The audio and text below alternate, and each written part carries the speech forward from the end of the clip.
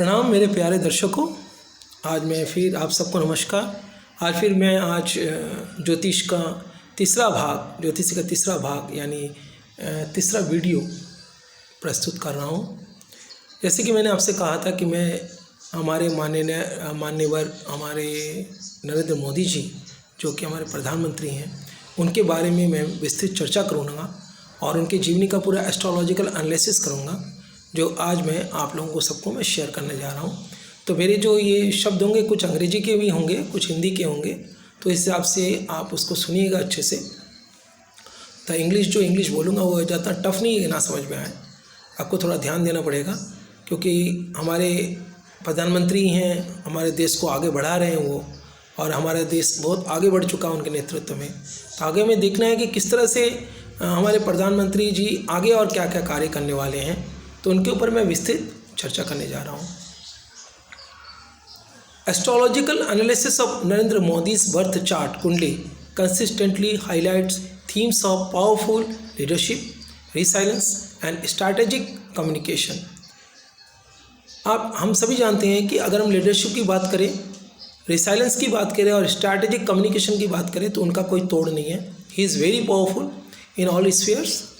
Most prominent Vedic astrologers identify him as having a Scorpio ascendant, Vrishchak Lagna and Scorpion moon, which creates a psychologically unshakable and politically invincible persona।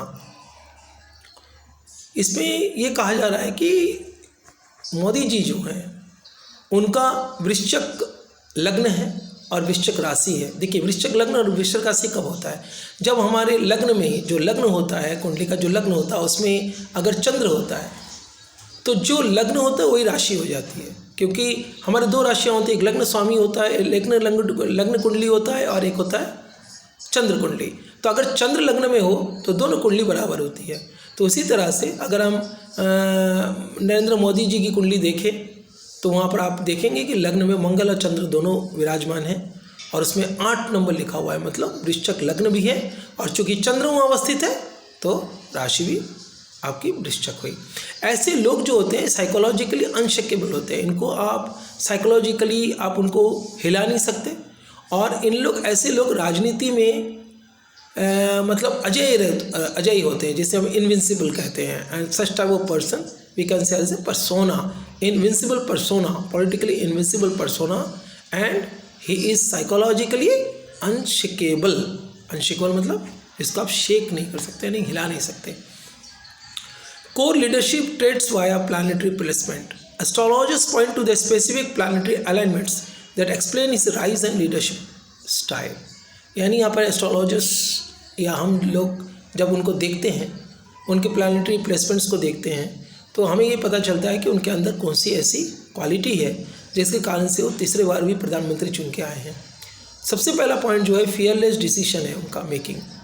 With Mars the lagna lord in its own sign of Scorpion, he is describe as a warrior archetype capable of taking bold proactive decisions such as the revocation of article 370 और surgical strikes. यानी उनके अंदर जो decision making है वो काफ़ी निडरता है उनके अंदर, फेयरलेस है, क्योंकि उनके लग्न में मंगल बैठा हुआ। मंगल जो होता है ग्रह में सेनापति होता है, और सेनापति आप जानते हैं कितने वीर होते हैं। तो मंगल सबसे वीर योद्धा है, वो ग्रह में योद्धा है। अगर वो लग्न में होता है तो ऐसे लोग जो होते हैं काफ़ी योद्धा होते हैं। उनके अंदर बोल्ड डिसीजन लेने की कैपेसिटी होती है, काफ़ी प्रोएक्टिव डिसीजंस लेते हैं वो। जैसे कि उन्होंने एक प्रोएक्टिव डिसीजंस लिया जिसमें आर्टिकल 370 को हटाया उन्होंने, सर्जिकल स्ट्राइक्स की।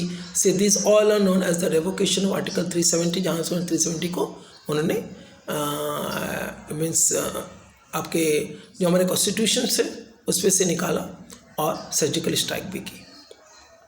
Mastery of oratory and exalted mercury in Virgo grants him precise analytical prowess and the ability to deliver impactful persuasive public speeches। यहाँ पर बुलाया गया है कि उनका जो बुद्ध है वो एक्साल्टेड है। एक्साल्टेड मतलब क्या होता है?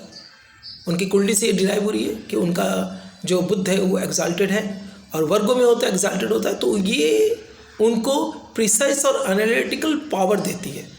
प्रिसाइज मतलब करेक्ट, एनालिटिकल पावर्स देती है, और उनके पास योग्यता है इम्पैक्टफुल, परसुएसिव और पब्लिक स्पीच देने की। आप देखा होगा आपने कि जब भी स्पीच देते हैं तो काफ़ी अच्छा स्पीच देते हैं, काफ़ी अट्रैक्टिव देते हैं, काफ़ी अट्रैक्टिव स्पीच होता है उनका, क्योंकि ये बुद्ध के कारण होता है, क्योंकि बुद्ध उनका उच्च का है। तो उच्च को बुद्ध को इंग्लिश में क्या कहते हैं? एक्साल्टेड मर्क्यूरी कहते हैं। और जो बुद्ध है हमारा वो एक्साल्ट कहाँ होता है ना, वो कन्या राशि में होता है। तो आपने अगर नरेंद्र मोदी जी की कुंडली देखेंगे तो उसमें बुद्ध जो है वो कन्या राशि में, यानी 6 नंबर में बुद्ध लिखा हुआ है। तो अगर 6 नंबर में बुद्ध होता है तो 6 नंबर जो होता है वर्गों का होता है, और उसमें आपका बुद्ध जो है वो उच्च का हो जाता है। फिर हम देखते हैं emotional resilience. Despite his moon being in a debilitated position in Scorpio, it is said to create neechbhang rajyoga when paired with Mars. This provides unmatched mental fortitude, emotional mastery, and the ability to thrive under intense national level pressure. आपने देखा होगा उनका जो, अगर उनकी कुंडली आप देखते हैं तो उनके जो कुंडली है उसमें लग्न में आपने देखेंगे कि चंद्र है, और चंद्र नीच का है, डेबिलिटेड बोला जाता है, और मंगल जो है वो स्कॉर्पियन का है, मतलब उसको हम सौरासी या उच्च का ही बोल सकते हैं, करेक्ट। सौरासी जो होता है उच्च के बराबर होता है। तो जब भी किसी जगह पे अगर एक उच्च का ग्रह होता है और एक नीच का ग्रह होता है तो नीचभंग राजयोग बनता है। तो यहाँ पर जो नीचभंग राजयोग बना है उनके लग्न में वो मंगल के साथ मिल के बना है, और ये उनको अनमैच्ड पैरेलल मेंटल फोर्टिट्यूड देती है, यानी उनका जो मस्तिष्क है वो काफ़ी सशक्त है, इमोशनल मास्टरी है उनके अंदर, और एबिलिटी है ताकि आप बहुत सारे नेशनल लेवल के प्रेशर्स उनके ऊपर आए हैं। उनके टेन्योर में आप देख लीजिए, कोरोना आया, उसके बाद नोटबंदी किया उन्होंने, उसके बाद कोरोना आया, तो ये सभी सिचुएशंस को उन्होंने बहुत अच्छे से टैकल किया। एंड ये सब सिचुएशंस को हम इंटेंस नेशनल लेवल प्रेशर कह सकते हैं, और वो उन्होंने बहुत अच्छे से उनको सॉल्व किया। सो ये क्वालिटी किसके कारण आई? मैंने कहा नीचभंग राजयोग का कारण है जो उनके लग्न में बन रही है। Next, mass charisma. Rahu in the 5th house is often cited as the astrological signature for his immense public popularity, charisma and ability to influence collective national consciousness. यहाँ पर बोला गया है कि मास जो करिश्मा उनके अंदर क्यों है, अगर वो कहीं जाते हैं तो वहाँ भीड़ जुट जाती है, लोग उनको सुनना पसंद करते हैं। ये इसीलिए है क्योंकि राहु जो है उनका वो 5th हाउस में है, और 5th हाउस जो होता है, मैंने आपको कहा है कि कभी कभी 5th हाउस में आप कम्युनिकेशन पार्ट बहुत ज़्यादा इम्पॉर्टेंट हो जाता है। उनका जो राहु है 5th हाउस में, वो आपका इमेंस पब्लिक पॉपुलैरिटी शो करती है, यानी ये पब्लिक के अंदर काफ़ी फेमस होंगे, काफ़ी इमेंस फेमस है भी, और आगे भी होते रहेंगे। करिश्मा है उनके अंदर, और उनकी जो एबिलिटी है कलेक्टिव नेशनल कॉन्शियसनेस को इन्फ्लुएंस करने की, वो लाजवाब है। वो किसके कारण है ना? राहु के कारण है। राहु जो होता है अनप्रेडिक्टेबल प्लैनेट होता है, और राहु अगर शुभ है तो पूरी कुंडली को वो विपरीत कर सकता है, मतलब पूरी कुंडली को फेवर में ले सकता है। तो आज के डेट में अगर हम कहें कि सबसे सशक्त अगर कोई ग्रह है तो राहु है। कलयुग में, घोर कलयुग चल रहा है अभी, उसमें राहु सबसे सशक्त ग्रह माना जाता है। और अगर राहु अच्छे घर पे हो तो आदमी, जो इंसान होता है, जो व्यक्ति होता है जिसका राहु अच्छा होता है, तो वो मान के चलिए कि पूरी की पूरी जनता उसके बस में होती है। So this is a very great fact of, तो राहु का बड़ा इंपॉर्टेंस है, महत्व है। नेक्स्ट है विजनरी आइडियल्स है। Retrograde Jupiter in Aquarius suggest non traditional thinking and reformist ideals which astrologers link to initiatives like Digital India and the startup ecosystem. यानी अब हम देखते हैं कि उनका जो जुपिटर बृहस्पति जो है रिट्रोग्रेड है। रिट्रोग्रेड मतलब क्या होता है? रिट्रोग्रेड मतलब वक्रीय होता है। एक होता है स्ट्रेट, एक होता है रिट्रोग्रेड। रिट्रोग्रेड वक्रीय जुपिटर, वक्रीय जो उनका बृहस्पति है जो कि आपके कुंभ राशि में बैठा हुआ है, वो उनको ट्रेडिशनली नॉन ट्रेडिशनल थिंकिंग देता है। नॉन ट्रेडिशनल थिंकिंग क्या, आप जानते होंगे कांग्रेस टाइम पे भी डिजिटल इंडिया के बारे में काफ़ी उनको बताया गया था। मनमोहन सिंह जी को, हमारे माननीय प्रधानमंत्री, पूर्व प्रधानमंत्री माननीय मनमोहन सिंह जी को, पर मनमोहन सिंह जी ने उनको एक्सेप्ट नहीं किया किसी प्रकार के डिजिटल इंडिया को हम आगे लाए। पर जैसे ही नरेंद्र मोदी जी प्रधानमंत्री बने, उन्होंने सबसे पहले वेलकम किया डिजिटल इंडिया को, जिसके कारण आज हम फ़ोन पे, गूगल पे सब यूज़ कर सकते हैं। आप देखते हैं पहले बैंकों में लाइन लगी रहती थी डिपॉजिट करने के लिए, काफ़ी सारी चीज़ें ऐसी है जो काफ़ी प्रॉब्लम्स होता था, बैंक खुलने का इंतज़ार किया जाता था, पर आज ऐसा कुछ नहीं है। आप रात को 12 बजे, 1 बजे, 2 बजे भी किसी को पैसा ट्रांसफ़र कर सकते हो। तो ये जो डिजिटल जो इंडिया बना और स्टार्टअप जो इकोसिस्टम्स हुआ है, ये सिर्फ उनकी जो वक्रीय जो बृहस्पति है उन्होंने उनको ताकत दी, उनको ये थिंकिंग दिया जो कि ट्रेडिशनल थिंकिंग नहीं है। ट्रेडिशनल थिंकिंग क्या होती थी, अगर वो प्रधानमंत्री हमारे गए, एक प्रधानमंत्री आए, उन्हीं को कंटिन्यू किया तो ट्रेडिशनल हो गया। जो लंबे समय से आ रहा है वो ट्रेडिशनल है। अगर आपने कुछ नया किया वो नॉन ट्रेडिशनल हो जाता है। तो ये जो नॉन ट्रेडिशनल जो चीज़ें हुई है उनकी टेन्योर में, वो उनकी वक्रीय बृहस्पति के कारण हुई है, जो कि कुंभ राशि में है। तो ये इस तरह की जो वक्रीय बृहस्पति जब होती है और खासकर कुंभ राशि में जब होती है, तो इस तरह के नॉन ट्रेडिशनल थिंकिंग देती है, एक रिफॉर्मिस्ट आइडियाज़ देती है। रिफॉर्मिस्ट मतलब जहाँ परिवर्तन करना, रिफॉर्मर मतलब क्या होता है, जो परिवर्तन करता है उसे रिफॉर्मर कहा जाता है, करेक्ट। जैसे हमारे आपके विवेकानंद जी रहे, और उसके बाद आपके दयानंद सरस्वती जी रहे, राजा राम मोहन राय थी, और they all were the social reformer. Reformer मतलब जो एक समाज में परिवर्तन लाने वाले लोग थे, उनको रिफॉर्मर कहा जाता है। तो ये मोदी जी कभी ऐसे कुछ ऐसे ग्रह इंगित कर रहे हैं कि वो काफ़ी अच्छे रिफॉर्मिस्ट आइडियाज़ रखते हैं अपने अंदर, जिसके कारण उन्होंने इतने सारी इनिशिएटिव ली जो आज देश के लिए वरदान साबित हो रहा है। उनके कुछ की एस्ट्रोलॉजिकल योगास के बारे में बोलूँगा, जो कॉम्बिनेशंस है, जो कॉम्बिनेशंस बहुत अच्छी कॉम्बिनेशंस मैंने मानी जाती है। सबसे पहले है रुचक महापुरुष योगा। रुचक योग कब बनता है, आपको ये हो, अगर केंद्र में मंगल या तो उच्च का हो, एग्जाल्टेड हो, या खुद के घर पे हो, तो रुचक योग कहा जाता है। रुचक योग एक महापुरुष योग होता है, पंच महापुरुष योगों में से एक योग होता है। ये तब फॉर्म होता है found by Mars occupying its own sign in ascendant. This yoga is traditional for a leader of man who shapes destiny through sheer will. यानी मंगल जो है इनका लग्न में बैठा है, खुद के घर पे बैठा है, बड़ा पावरफुल मंगल है।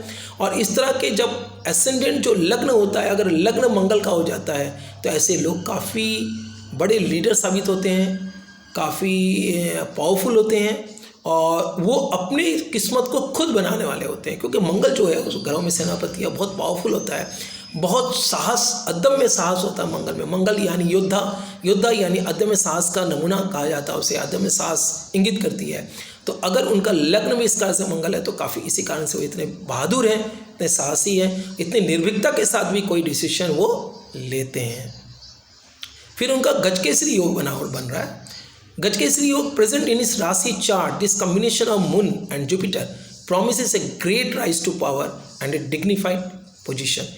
गजकेसरी योग मतलब क्या होता है, पहले तो हम गजकेसरी योगों का हम बताएं। गजकेसरी मतलब होता है गज के ऊपर बैठने वाला व्यक्ति। गज यानी हाथी, हाथी के ऊपर कौन बैठ के सवारी करता है, राजा महाराजा पहले सवारी किया करते थे। तो गजकेसरी मतलब गज के ऊपर बैठने वाला व्यक्ति को, गज के ऊपर बैठ के जाने वाला व्यक्ति को, गज के ऊपर सिंहासन से लगे रहते थे, पहले देखा होगा आपने हाथी के ऊपर राजा लोग सफ़र किया करते थे। तो ऐसे योग बनता है, ये पंच महापुरुष योगों में से ये योग है। ये तब बनता है जब चंद्र और बृहस्पति एक साथ एक स्थान पे होते हैं, करेक्ट। और ये प्रॉमिस क्या करते हैं, ये प्रॉमिस ये करते हैं कि ये ऐसे व्यक्ति राजनीतिक क्षेत्र पे बहुत आगे तक जाते हैं, इनके पास किसी चीज़ की कमी नहीं होती। अगर आपके पास हाथी है मतलब आप सोच सकते हैं कि आपके पास किसी चीज़ की कमी नहीं होगी। और ऐसे लोग काफ़ी डिग्निफाइड पोजिशंस रखते हैं, करेक्ट। नेक्स्ट होता है Budhaditya yoga. The conjunction of the Sun and the Mercury exalted in the 11th house makes him ruthlessly efficient and a meticulous political strategist। यानी स्ट्रेटेजिस्ट जो बन रहे हैं, पॉलिटिकल मिटिकुलस बन रहे हैं, पॉलिटिकल स्ट्रेटेजिस्ट बनते हैं, या रथलेसली एफिशिएंट बन रहे हैं। ये क्यों हो रहा है, क्योंकि उनके 11th हाउस में सन और मरकरी, बुध और सूर्य को आदित्य कहा जाता है, बुध के साथ मिलकर बुधादित्य योग बनाता है। बुध जोड़ आदित्य, बुधादित्य योग, जिसमें कि उनकी जो मरकरी है, जो बुध है, वो एग्जाल्टेड है यानी उच्च का है। कहाँ पर है, 11th हाउस में है। So it's a very very good sign, और जो कि उनको एक एफिशिएंट और मेटिकुलस पॉलिटिकल स्ट्रैटेजिस्ट बनाती है, जिससे वो पॉलिटिकल स्ट्रैटेजी काफ़ी अच्छी है उनकी, और जो भी वो डिसीजन लेते हैं, जो भी स्टेप लेते हैं, कहीं ना कहीं वो देश के लिए वरदान साबित होती है। तो आज इतना इनके बारे में बताया गया। आगे हम बताएंगे कि आने वाला समय हमारे माननीय प्रधानमंत्री जी के लिए कैसा रहेगा, और किस तरह से वो लगातार जीत हासिल करते रहेंगे और कब तक रहेगा, किस तरह से रहेगा और किस तरह से उनके नेतृत्व में हमारा देश आगे बढ़ेगा, उस सभी चीज़ों के बारे में मैं आपको विस्तृत आपके साथ चर्चा करूँगा मेरे अगले वीडियो। तब तक नमस्कार।